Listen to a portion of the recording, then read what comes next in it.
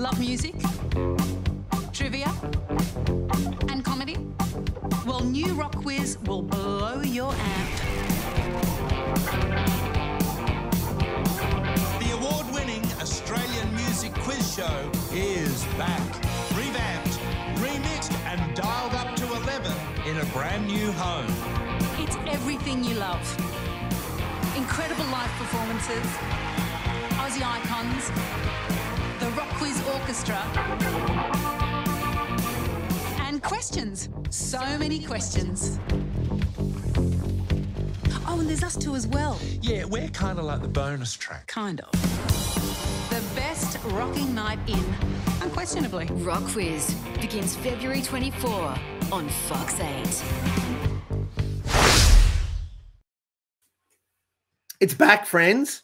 RocKwiz is back, and it's bloody great. It's bloody great. This is the perfect Australian music show for music nerds everywhere. Now, of course, they don't just focus on Australian music, but it is a big part of RocKwiz and what it makes it to be. It's on Foxtel for season 15. So it has been on SBS for a long, long time and built up more than a cult following. It was just you go to the live recordings when you get the chance, and then you go and watch it when it's on SBS. You watch it when it's on air, and SBS, to their credit, have played the episodes on repeat, and it's eminently watchable. It's always so fun, and it's always really surprising because there's not just punters who might love music, and you have to love music to get onto the stage.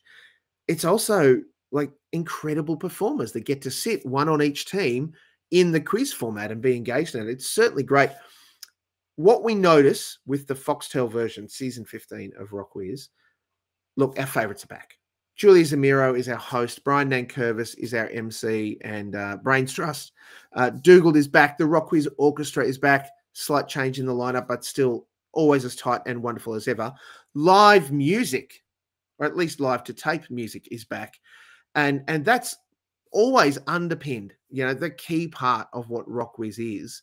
And that is that we get to have live music on our television screens, not just from the musical guests who appear and play with the orchestra. The orchestra obviously provide the musical accompaniment and stings and those sorts of things, part of the game.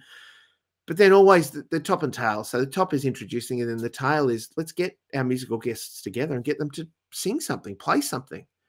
That has been a golden part of this format and so good. Now, what we notice on the Foxtel iteration of RocKwiz is that it's shorter, sharper, just as funny, but it only goes for 30 minutes. And of that 30 minutes, I noted, because, of course, they want to keep the format pretty tight, the first 10 to 15 is a bit of banter with the punters, the people who've made it onto the stage, and then two performances by our two musical guests. That's the bulk of the show, done there. In, out, happy. There is some quizzing, and then, of course, there's a final song. Also, they've moved away from their spiritual home of the Espy at St Kilda, and they've moved into a studio, which, look, I understand it makes sense. It's a reflection of probably smaller budgets that mean that RocKwiz can be brought back to life. In both those things, live music in the Espy in Australia, synonymous. They are built together. In a situation like this, it costs a lot of money to record a TV show out of a studio, and you have all sorts of noise issues and post-production issues that you have to address, whereas at least in the studio, you can control that a little better, and it makes editing easier, and it just brings the whole process together a little sharper. So I'll give the production team and the producers that. I understand probably that's why that's happened. I don't want to say it feels like it's lost a bit of its heart, but the Espy is special. So not being wedged into a little stage at the front of the Espy, the Esplanade Hotel at St Kilda, the Espy, just means I got a little bit more space, bigger audience, tiered seating for the audience, you know, and all of that's great. It's fine.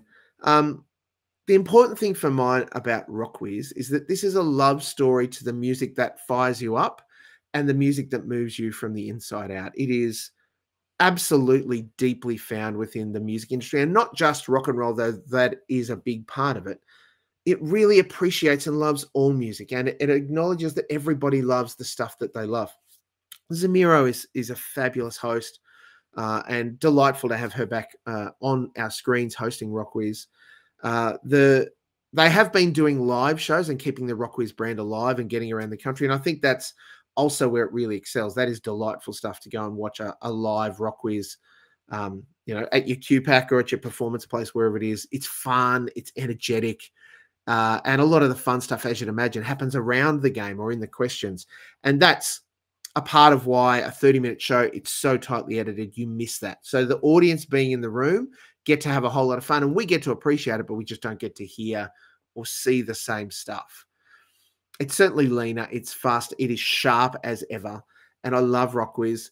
This show for mine is one of the best ways to discover new artists and be reminded of just how great some of the greats are. In the words of an Aussie icon who possibly needs to hang his hat up nowadays, do yourself a favour. RocKwiz season 15 will be 8 episodes long. It's airing weekly, and it starts Friday the 24th of February. So that's like another week and a bit, 2 weeks before it kicks off on FOX8. It will probably be on binge, though don't quote me on that. I would expect that it will be.